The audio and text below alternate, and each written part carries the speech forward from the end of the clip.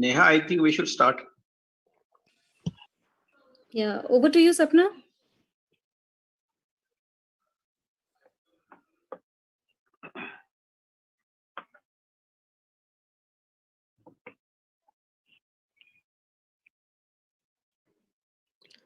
Good evening, everyone. Am I audible to all? Yes. Yeah. Thank you. Thank you. Very good evening to everyone. Society for Data Science welcomes you all in its webinar series. Today we have amongst us a known personality in technology and the security system expertise, Colonel Inderjeet Singh Batara. Before we begin today's session, let me show you a few glimpses of earlier conducted webinars.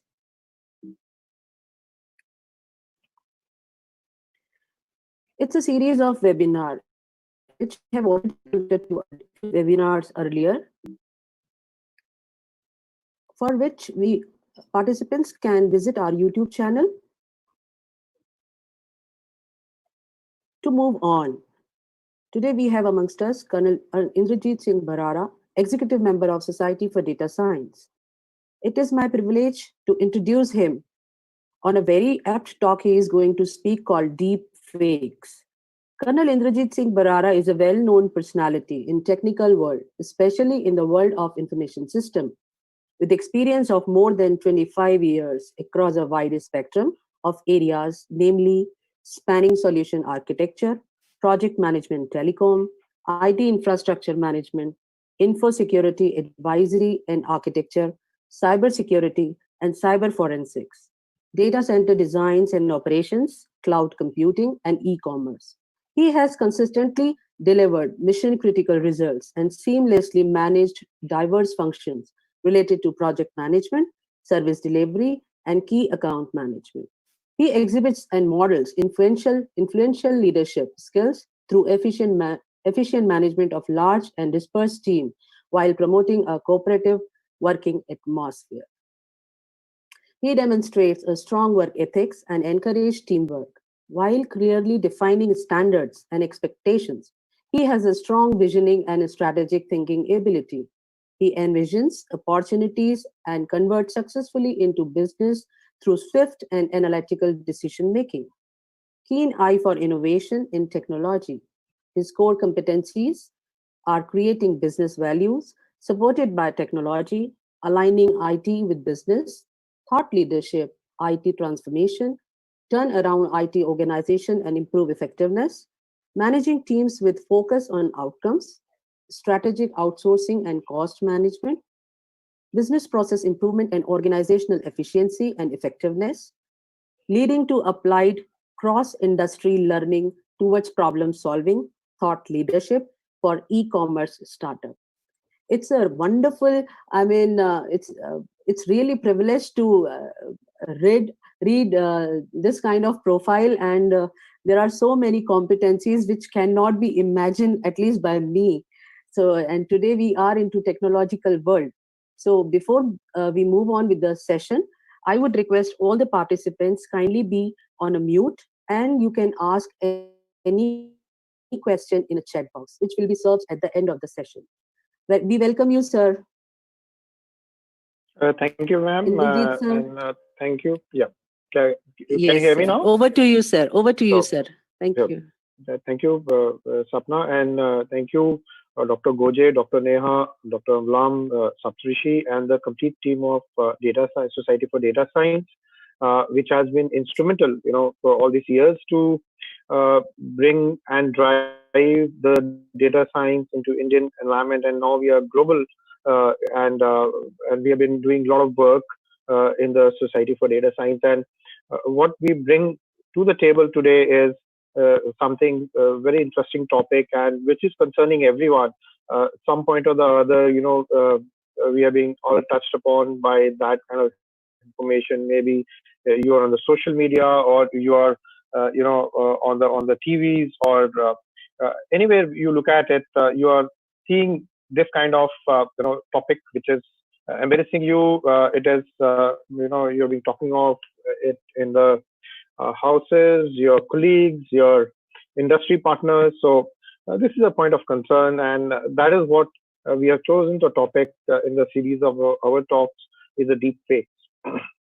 And while we are talking of the artificial intelligence, machine learning, deep neural networks, and if we are not talking about the deep fakes, then or we are not getting into the deep fakes, that means we are going to be missing the bus right now, because deep fakes is so important for us to know right now, especially when we are going through a phase of COVID, and we practically don't know what is the real picture which is emerging at times, and we have been put across a kind of information which looks so original that we go for it, not realizing that that information was fake altogether, right? Maybe in terms of your videos, maybe audio, maybe fake news which is floating on on the social media today. So it's a really point of concern, and that's what we are trying to be covering up.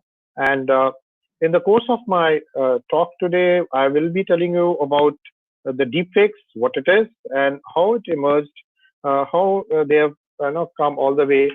So those are the kind of things which I shall be talking. And we shall be also talking of the rise of the deepfakes.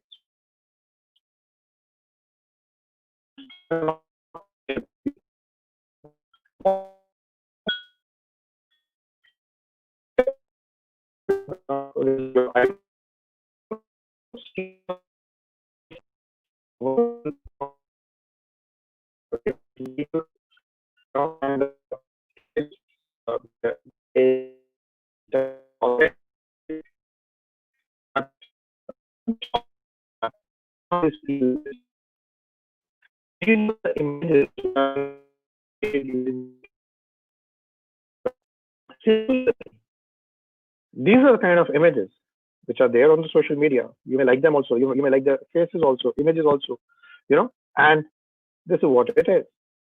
These people don't exist either, right? And they're being generated using the deep fake technology. So, this is the place where we are getting into a kind of dichotomy. We don't know what's the actual, reality. See this.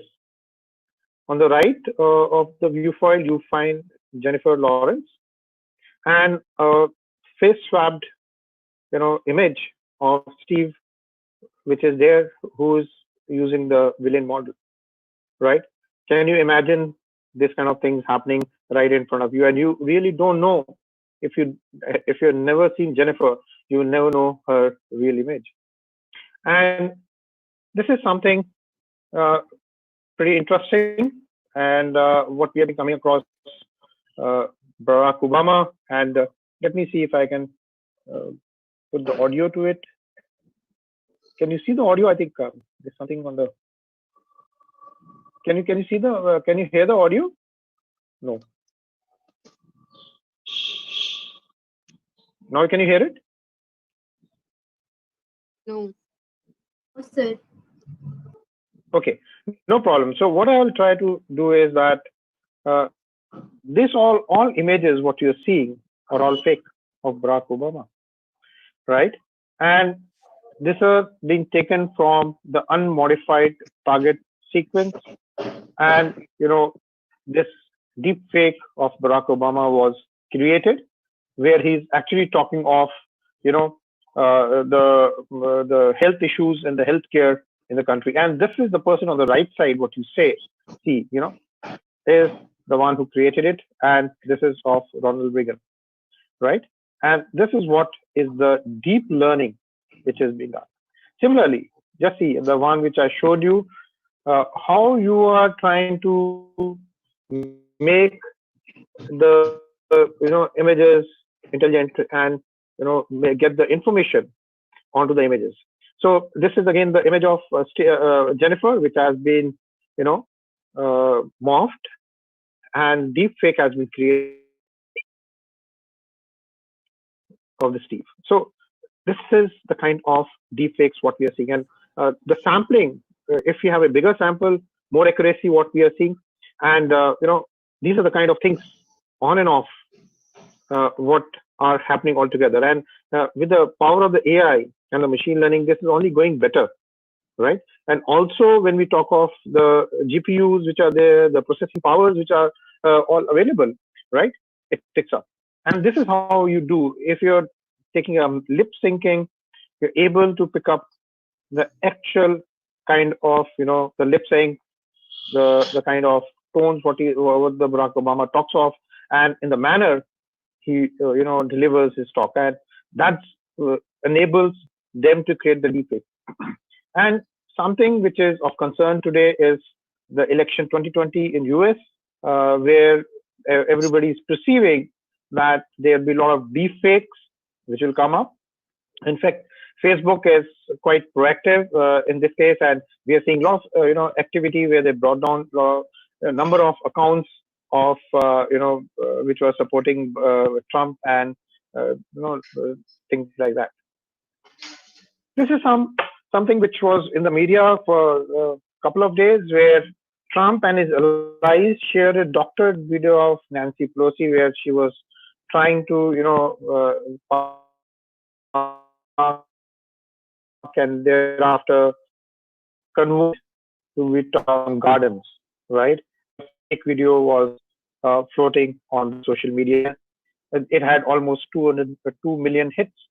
And just imagine if people, 2 million hits are happening on the social media, everybody will, or most of them would take it as, a factual video, right?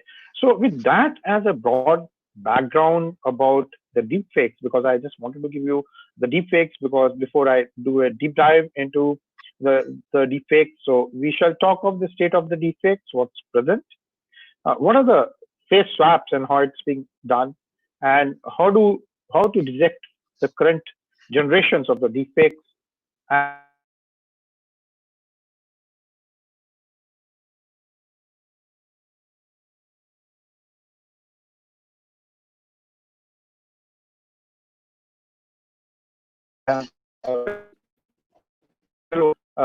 seen in the Reddit, and initially fakes were being where the images were being used for the celebrity pornographic videos or revenge porn, and that started somewhere in 2017, right? However, the Reddit had banned, Twitter had banned, and the Pornhub had banned these kind of videos to emerge on their networks, right?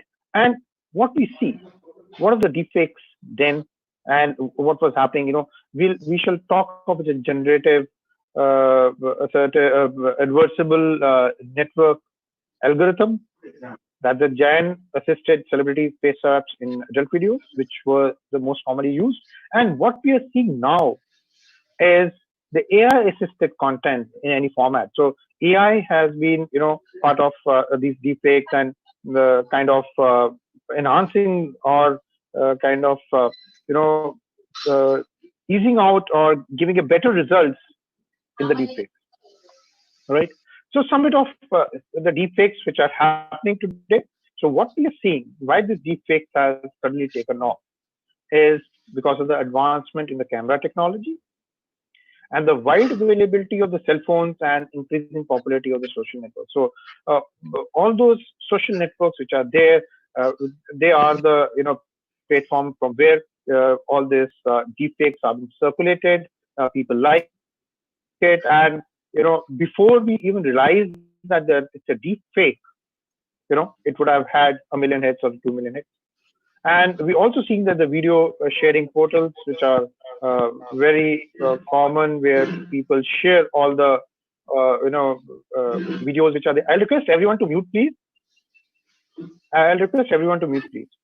So this is also brought through by the digital tempering of videos as an effective way to propagate falsified information. So you're trying to generate some information which is false in nature and make it believe that this is actually the right information which is there, right? And we are trying to push people to think that they cannot trust any information unless it comes from their social networks, right? And including your family members, your close friends, your relatives, you share it very fast. What you're doing on the WhatsApp itself, you realize that you never question the originality or the authenticity of any video which comes to you, whether it's a fake or or authentic. You just pass it on to your family, to your friends. So make them believe that this is what is the actuals. And many people, they open up anything that confirms their existing views, even if they suspect it may be fake. So that's how you are, going on to the deepfakes. And all the deepfakes which are being generated, they are using the generative adversarial network. So I should be talking of this algorithm, what has been developed by Goodfellow. I'll request everybody to mute, please. There's a lot of irritating noise. I'll request to mute. All the participants are requested to be on mute, please. Yeah. So what we have seen is that the amount of deepfake content which is online is growing at a very rapid pace. And 2019, what we saw was the year when it started, there were almost 7,964 deepfake videos. And 9 months later, the figures jumped to almost 14,678 videos. And it's no doubt that this is blooming and it's increasing every day, right? And if you look at the historical data of the deepfakes, in the initial part of it, we always saw the pornographic videos were more, the deepfake technology was being used. And also in September 2019, there were almost 96% of the deepfake videos were pornographic, right? And from the dark corners of the web, the use of deepfake has begun to spread to the political sphere.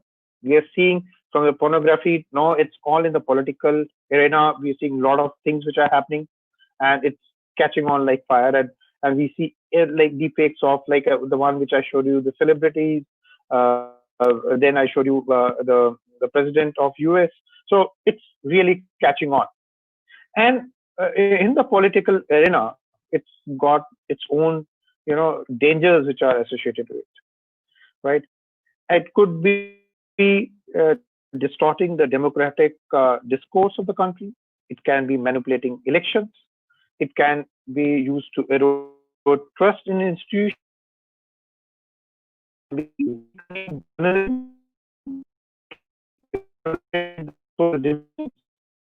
Public safety, and it's hard to adapt the reputation of individuals, including elected officials and candidates for office.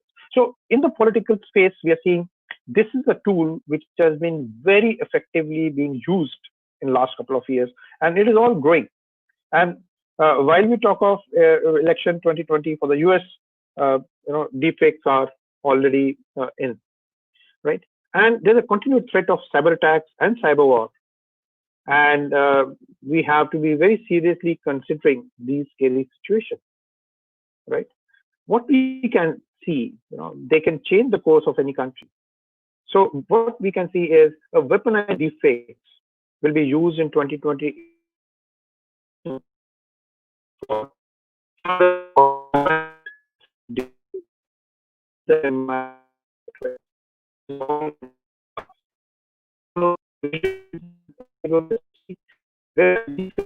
used to change but also consumer preference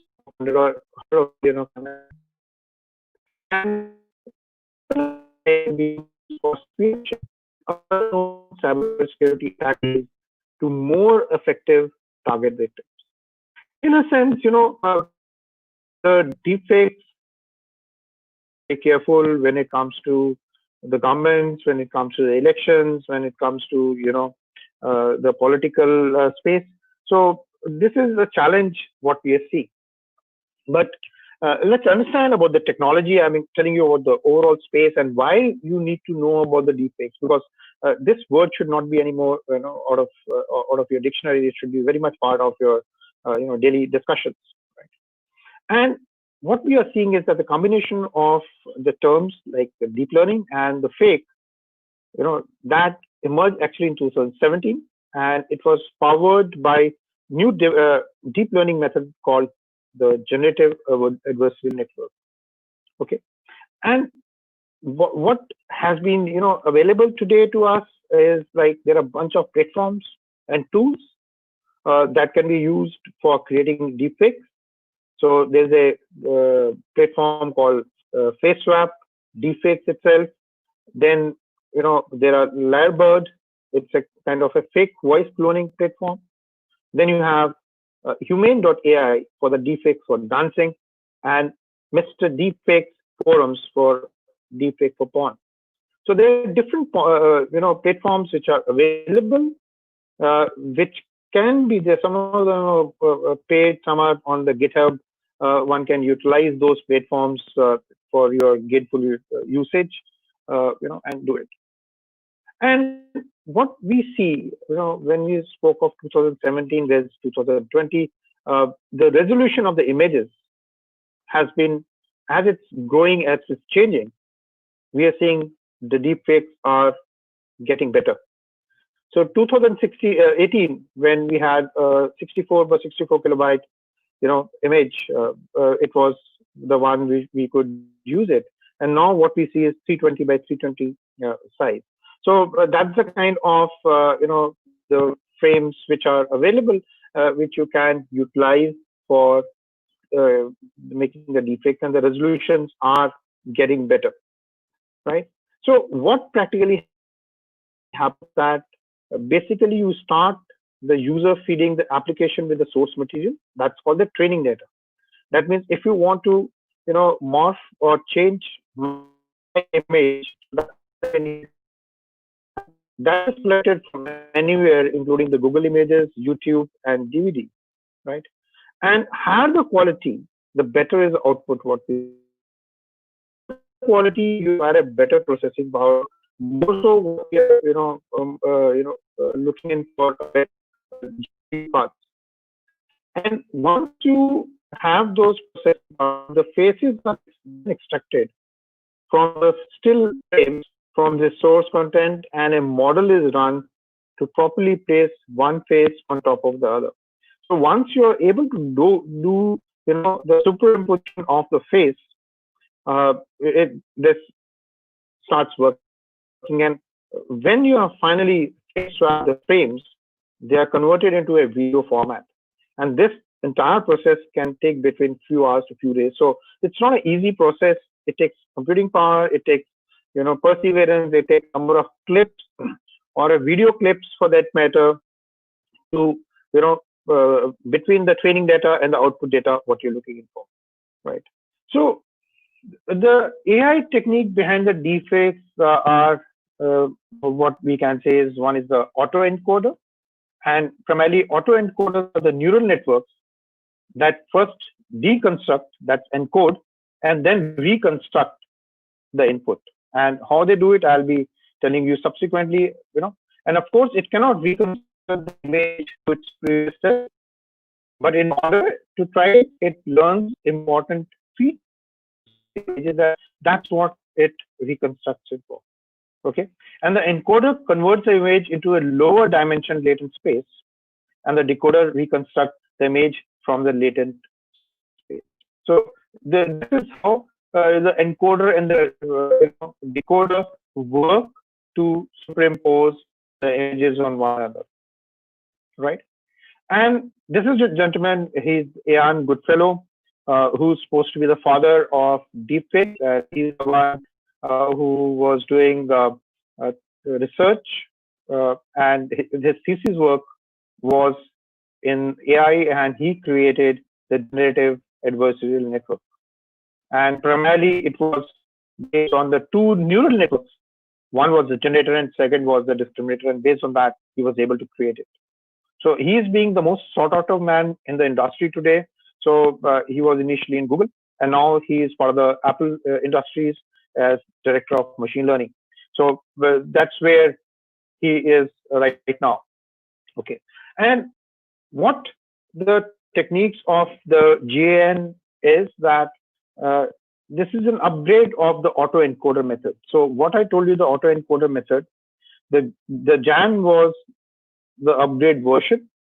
And in GAN, any defect in the image is caught and dealt with. So you are smoothing the image whenever there's any transition between two superimpositions of the image, you're trying to smoothen it out. And it consists of a generator and a discriminator. So there are two neural networks, like I told you, one against the other.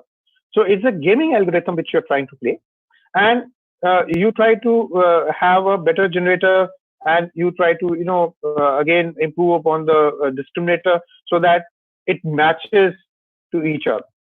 Okay, and you're able to then generate a synthetic image with real features extracted from the various real images. So you're trying to match both of them. And the deepfakes can be very useful in various industries, and we are seeing it in gaming industry, special effects which are there.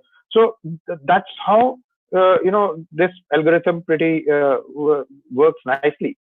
And this algorithm, of course, though it's been created, it poses a threat too. Anyone with this technology can create a misleading video, and that's what we are seeing on the social media, and can easily influence the masses with the help of the social media. Okay. The trustworthiness of the material we find on the internet, even when the media looks very real. So I'll just tell you how this really works, right? And when we talk to the algorithm further, you process the feeding footage of two people into the deep learning algorithm to train it to swap faces. And subsequently, I'll be just showing you some part of it as to how it's been done. And the 1 ML model trains on a data set and then creates a video forgeries, while the other attempts to detect the forgeries, and till the time there are the minimum errors. And the forger creates the fake until the other ML can't detect the forgery. And once you have a very superimposed image of the other, and the generator and the discriminator are kind of like it's a gaming theory, so it cannot find the errors. That's where you have been able to create the deep fake, right? And this is how you try to mimic a person's facial expression, mannerism, voice, and inflections. So this is how it's being used. So this is the video about Barack Obama, which is again fake, and it is about how to tell the lawmakers that electronic evidence authentication is technical, and it is necessary to understand the fakes while you tell which is not real. So this is what they do is he's taking the lip sync here, and based on the lip sync, he's superimposing. So just remember the generator and the discriminator, and you are trying to put it on one another, right? And till the time it is almost matching. And here you are training the video, and just see the person on the left is the one. It's just kind of similar lip sync what you're seeing, right? So you are trained that kind of lip syncing with the image you want.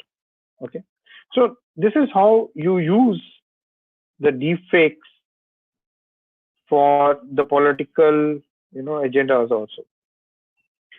Some of the threats which are being posed by these deepfakes is the public figures such as celebrities and politicians may be more kind of affected by it, and they can be the initial targets of the deepfakes, and it is very much happening. They can be abused to cause political or religious tension between the countries. We are seeing that quite often now. And these kind of deepfakes can fool public and affect results in election campaigns or chaos in financial markets, right?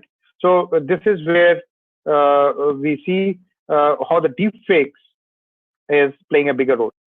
Something more, what you can do is you can generate fake satellite images of the Earth to contain objects that do not really exist to confuse military analysts. Okay, that's the power of deepfake. And by creating a deepfake bridge across a river, although there is no such bridge in reality, right? So just don't think that it's the face swapping is the only part which we talk of the deepfake. The deepfake is more to do with other things as well, right?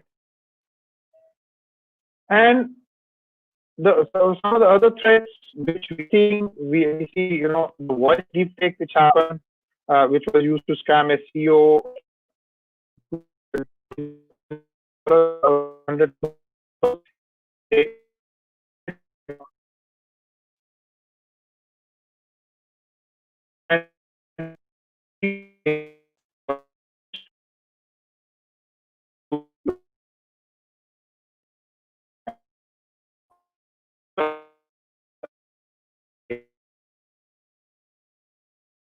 spoke of, and this is the face app technology deepfake software available. And Keras and the Python. That's the platform which is used and can be on the Mac OS, Linux, and Windows. And what you practically do is you do 3 steps. One is the extraction, right? That's the chop of the video into the frames, detect faces in each frame and output well aligned. So that's what you do. Then you train that images to a deepfake neural network, and thereafter you do the conversion and apply the model trained in the last step, right, to the specific video producing a deepfake. So this is quite a kind of used platform by people for creating deepfakes. And the Jennifer Lawrence video practically was being created using the face swap technology by the people, and it was being superimposed by Steve uh, Morency. Similarly, everybody remembers, if you remember it well, there was a Mark Zuckerberg who was being called to testify before Congress, and using the same video clip and the face swap technology, it was his face was being replaced with that of the Lieutenant Commander Data. That's the Brent Spinner of the Star Trek, if you remember, and that's how the deepfake was created. And if you look at the face in the clip here, that's not of the Mark Zuckerberg, right? And what practically they do is the thing which I earlier brought out about the encoder and decoder, and using the face swaps which is being done between the data and the Zuckerberg was, you have the original face of Zuckerberg, you put in the encoder, you have the decoder thereafter, and you try to reconstruct the deepfake package. And this is where the auto encoder, right, works in. So that encompasses encoder and the decoder. And you try to train the neural network to take the input image and the output and identical image. So that's what you do. And when you look in for the data, that's the generator and the discriminator here. So the training algorithm then feeds the image to the network, and whole process is repeated again.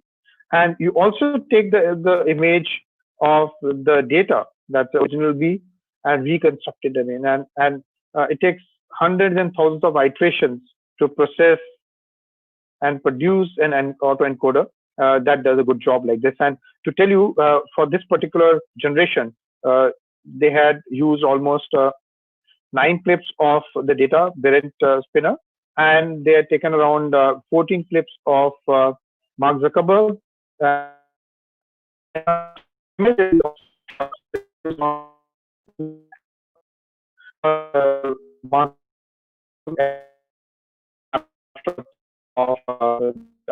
So that's how able to superpose on each other, and the reconstructed data is through us.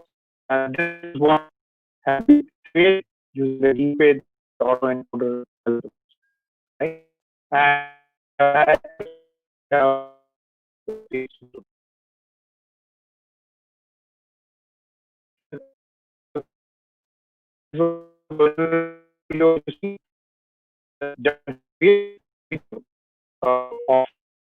the Supreme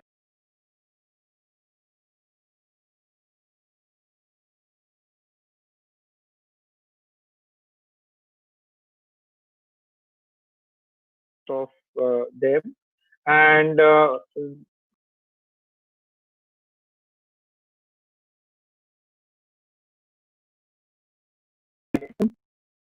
it's been powered by NVIDIA. And most of the deepfake videos are created with the Deepface Lab. So that's what it's being used quite, aggressively for. Okay, and this is how the Deepface Lab process works, where you can replace the head. So the body is of somebody else. You are just replacing the head of a person with somebody else's body. You can replace the face, and this is Putin, and it's another gentleman. You replace the head, right? You can de-age the face, and there's the enrolled Shrivnazir.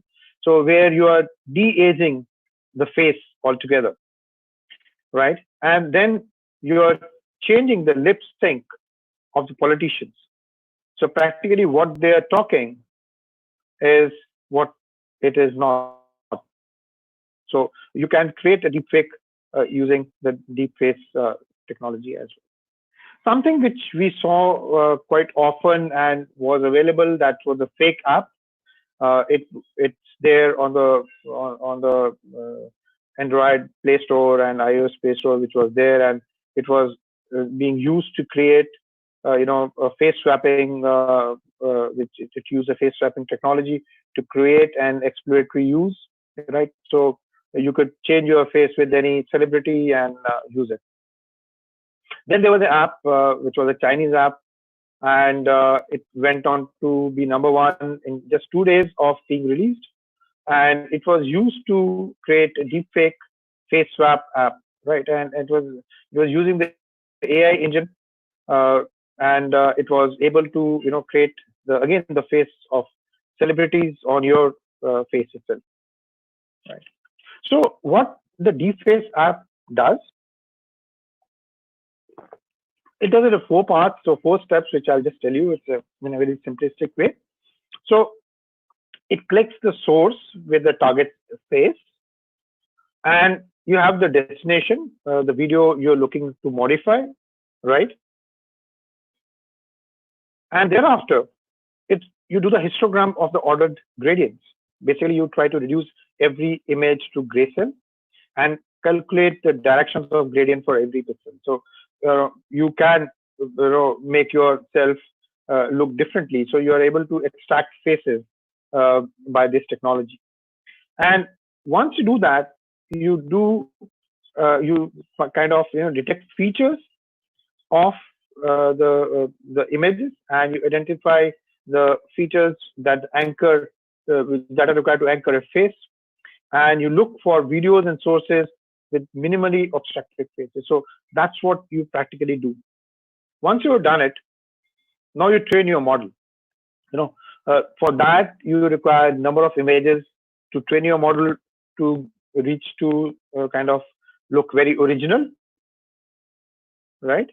And once you do it, you now apply the GAN, right?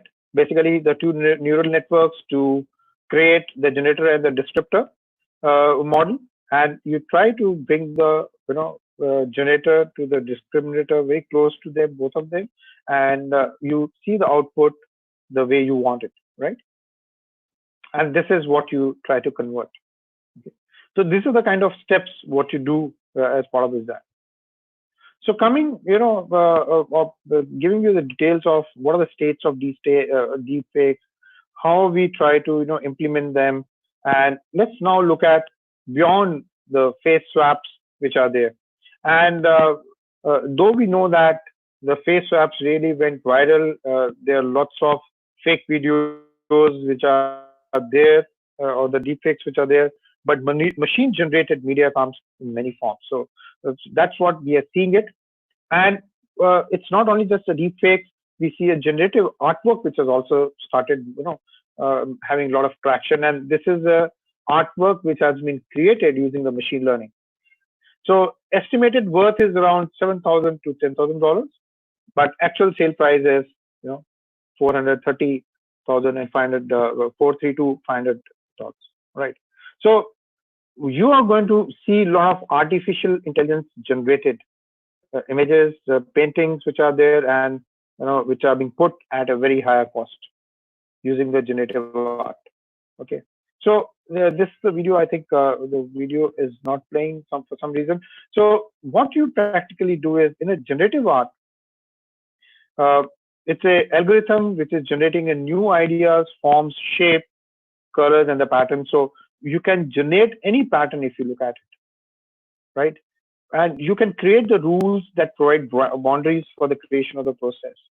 So if you're making a painting, you can have those boundaries, you can have the patterns, right? And you can follow the rules to produce new works, right? So any artist, who spends number of days and months to create a new idea, a generative artwork and the code which is being used by the computer generator can generate ideas in just milliseconds, right? And the generative artists leverage the modern processing power to invent new aesthetics, right? Basically instructing the programs to run within a set of artistic constraints and guiding the process for the desired result. So you can create any image, any painting the way you want it, just what you want. And this is how you're using the artwork in a lot of games, right? And what they do is a procedural modeling, and that's why you find most of the games are so costly, right? So they use the generative artwork, with the machine learning and AI, and then thereafter, it's being created for your games, and it looks so original, right? To give you a feel of what's happening, right? So generative images can also be used for creating, images which are random, and generally the games which you see, you look, especially in India where you see cricket games and all, or football games, you find the faces looking so similar. So these are the kind of people who can be created using the generative artwork. And something, going to the next level is talking about your fake news, which is quite common. And how we generate fake news is, we are leveraging on the power of the non-stationary Markov chain. And I'll request everybody to mute, please. And in reality, this generator is not limited to the news headlines, but it is designed to generate a single sentence sequence rather than arbitrary length blobs. So, whatever you want to create as a fake news, it can go word by word. Okay. So the third order Markov chain algorithm generates text by creating a statistical model of the potential textual suffixes for a given prefix, right? So that's how you can create all the fake news, and most of the time, the fake news which you're seeing on the net or the social media is being used or being generated by this kind of algorithms. So you can also create images from the text. So whatever is the text which is there, you can create the images, using the artwork. So it's like the flower has petals that are yellow, white, and purple, and has dark line. So this is the kind of artwork that will be created. Petals on this flower are white and with yellow center. So this is the one which gets created, right? So that's the power of the generative artwork we are seeing for different applications altogether. And we also talk of the voice recognition and the transcription. And the voice, we always try to do a synthetic voice, or we're trying to get into a speech recognition, which is being very commonly used in Siri or Alexa on all those devices, or the voice biometric, what we are trying to get into it. So what we are seeing is while Google, Apple, they are already being working on the voice recognition part of it. Mozilla also has started with a kind of crowdsourced database for voice recognition improvement. That's a common voice which is there, and they're trying to create and solve the problem by asking the people to volunteer themselves and create a database of common voice. And what they're going to achieve is by matching the voices to the set phrases, Mozilla is hoping that their database will eventually be an invaluable tool in future for any app depending on voice recognition. So that's what different companies, different organizations are trying to do. Similarly, what we see, it's very common, and we've been seeing it for quite a number of years, the text to speech, conversion, and this is also quite popular. What we are seeing, and we are seeing that the technology today exists where you're able to use the right algorithms to convert the text to speech, which looks just like a human. Okay, so there's a state-of-art speech synthesis models that are based on the parametric neural networks, which are used to train and convert, the text-to-speech algorithms. Right. So what we also see is that using the facial features from the source to manipulate the destination video, even the voice lip syncing is taking place. So even if you have a source who looks like this, right, and you have the target actor who looks like this, you can do the reenactment into a totally different manner altogether, right? So you can do the marionetting of the existing videos, right, to achieve the different results what you're looking for. And how do you detect the current generation of the deepfakes? It's a kind of a cat and a mouse race. It's so very difficult, when the deepfakes are being created with so much of precision.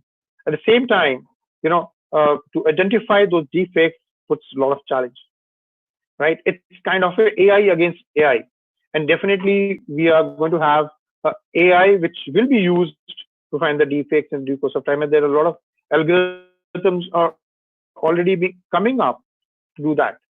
But what you can do as a common person is you can still find out the resolution differences between the suspect portion and the rest of the video.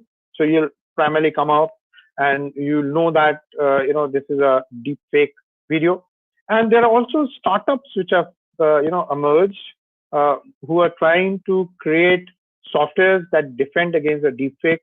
And two of the startups are the TruePic and the DeepTrace. Right.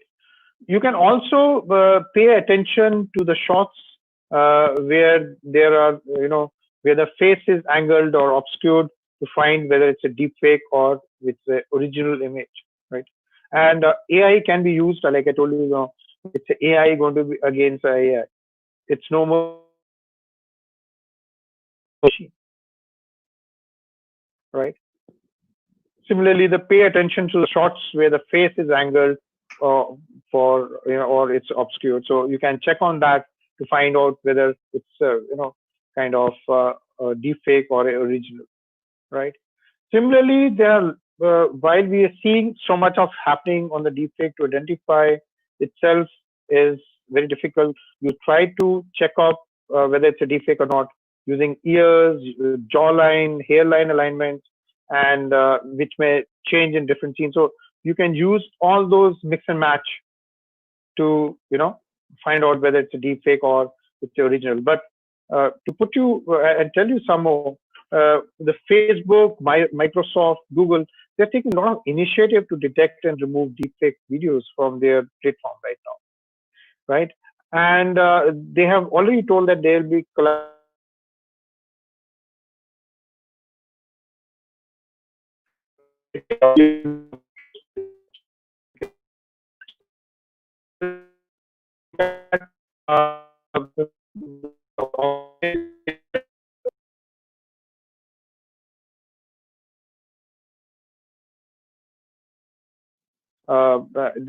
this is particularly around the borders of suspected areas, so you can still find out what are the deep what are the changes which are there.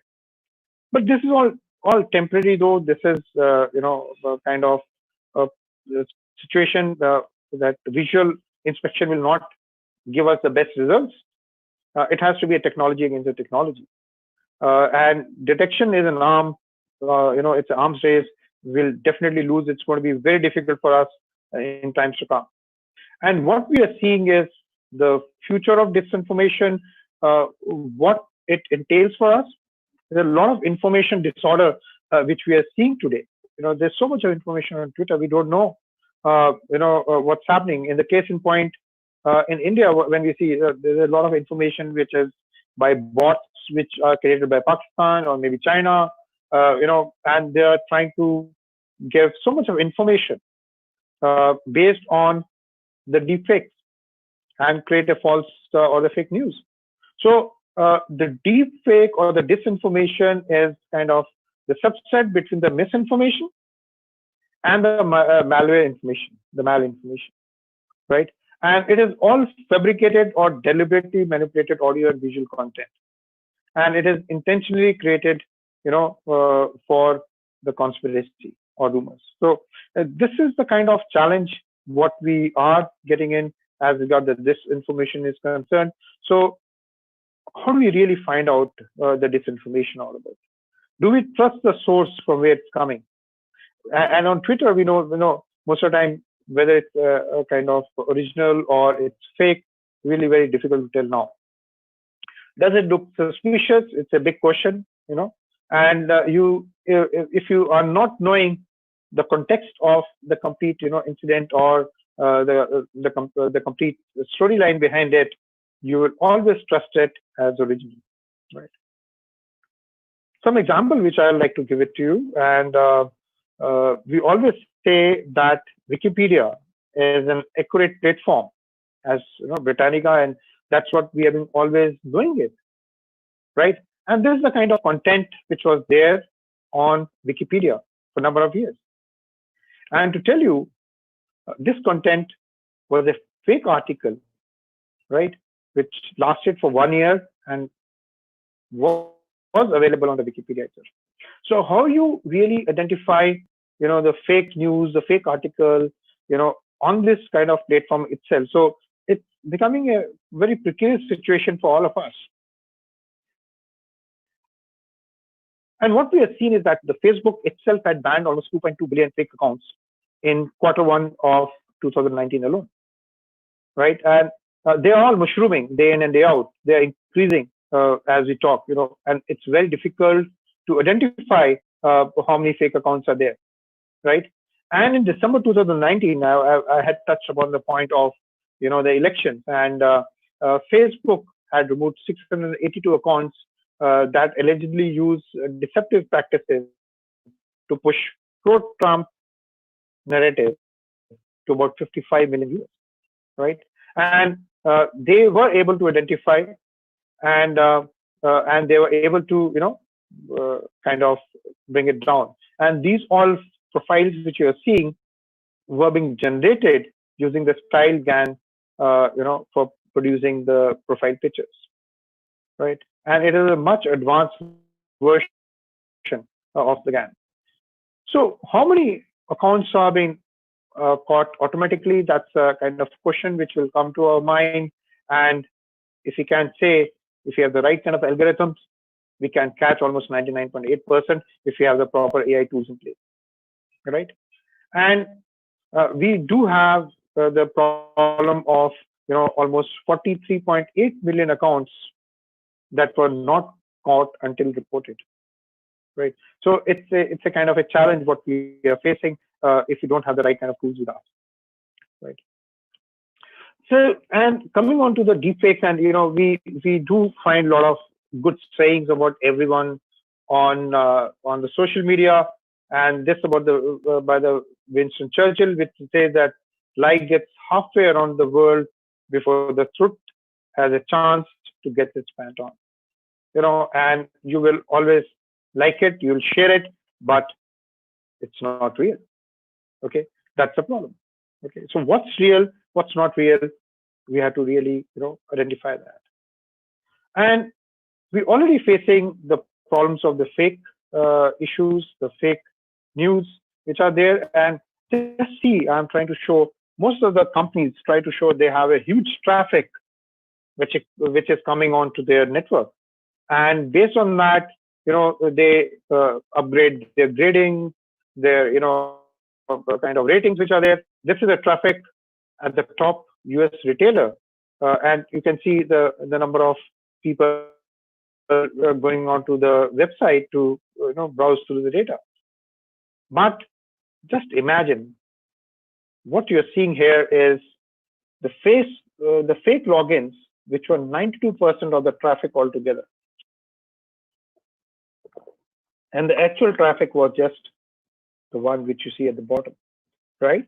So really, you don't know which organization is doing pretty good or which is bad, because they generate a fake kind of profiles for themselves. Okay. Similarly, you have the top 3 web retailers who had 91% hits which were coming onto the network were fake. One of the EU airlines, they had 79.5% fake data of the hits which they were having, and one of the major hotel chain showed 47% fake data coming onto it.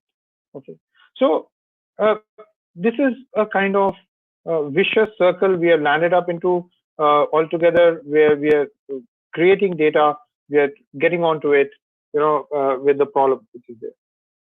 So some of the prevention and the detection efforts which are there is that, as you all know, detecting deepfakes is a big problem what we have, and it's going to be a challenge for all of us till the time we have the right kind of algorithms to match to the deepfakes which are being created using the GAN which is being used aggressively. Till the time, we have to try and use the visual eye blinking or the shadows that look what is wrong, and ensure that we're able to identify all those deepfakes, right? So those are the challenge what we are living in, and it's a very precarious situation. Again, I'm trying to say with so many deepfakes which are happening, and with this, I have come to the end of my talk. I'll take the questions, now and try and answer all your queries.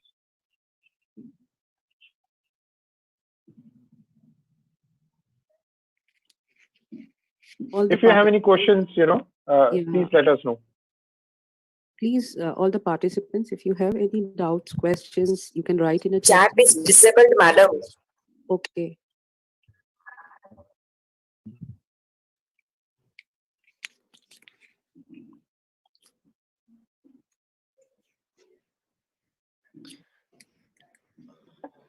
You can write, ma'am. Yeah, if we can, use the audio here and try to ask the question. Is it okay if I take the permission from the...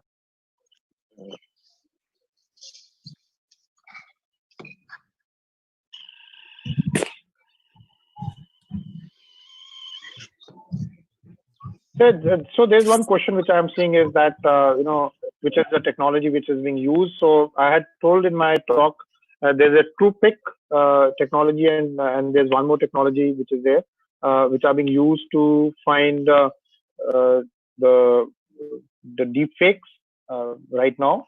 So that is the one which can be used to do. Just let me tell you the other technology which is available. Yeah.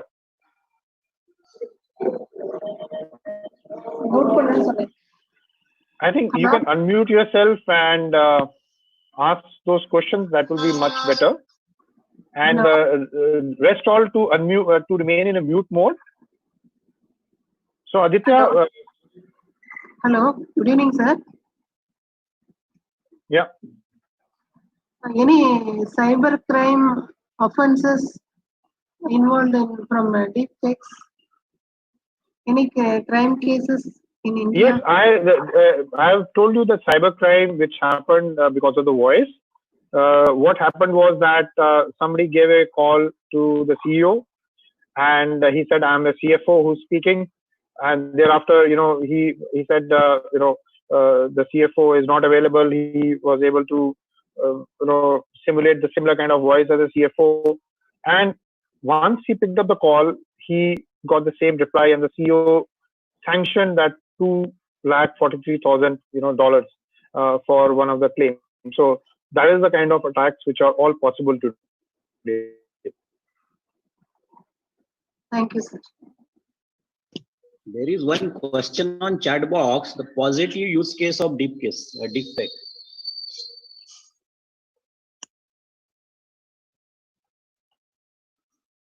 The positive use case of deepfake is, as of now, it's being used for the bad things which are there. The positive is what we are not really, I'm not very sure of if there may be. Yes, there always has got a positive side to it, right? Yeah, good evening, sir.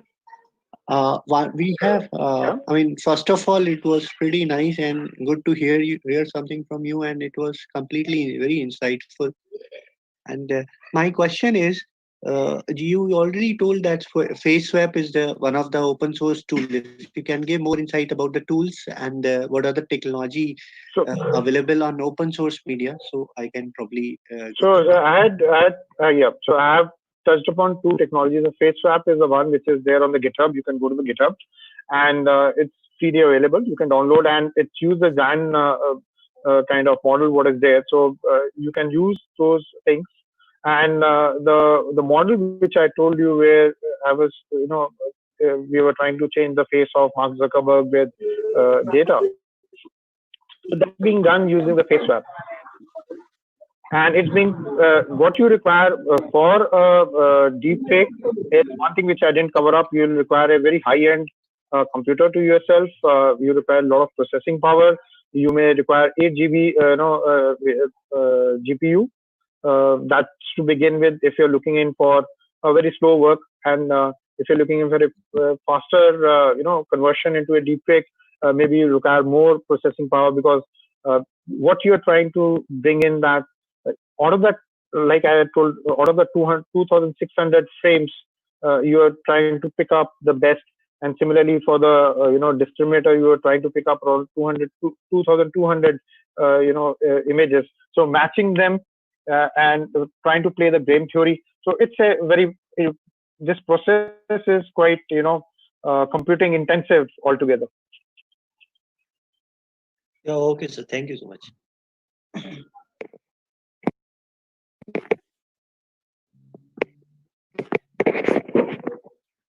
Hello.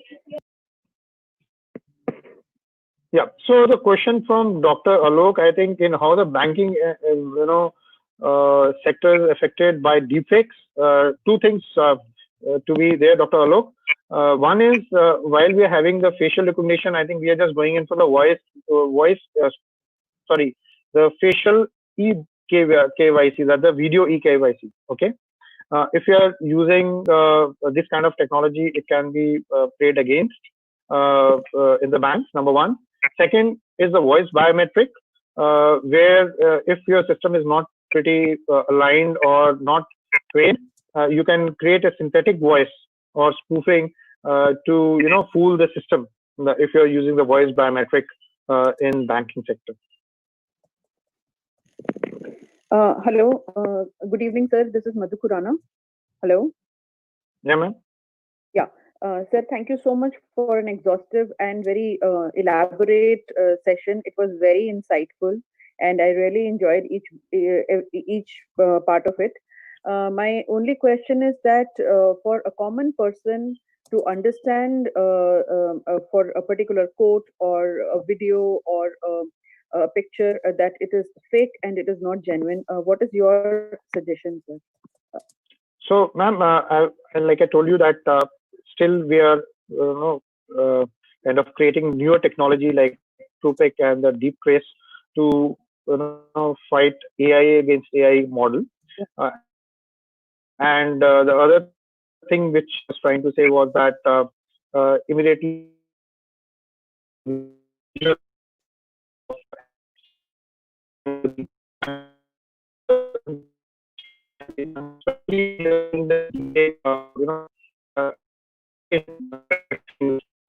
fake news can have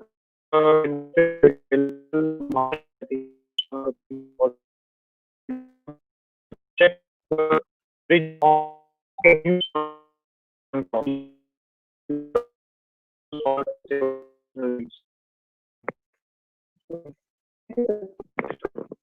a pleasure. Thank you. Hello. Yeah. In the last session, you showed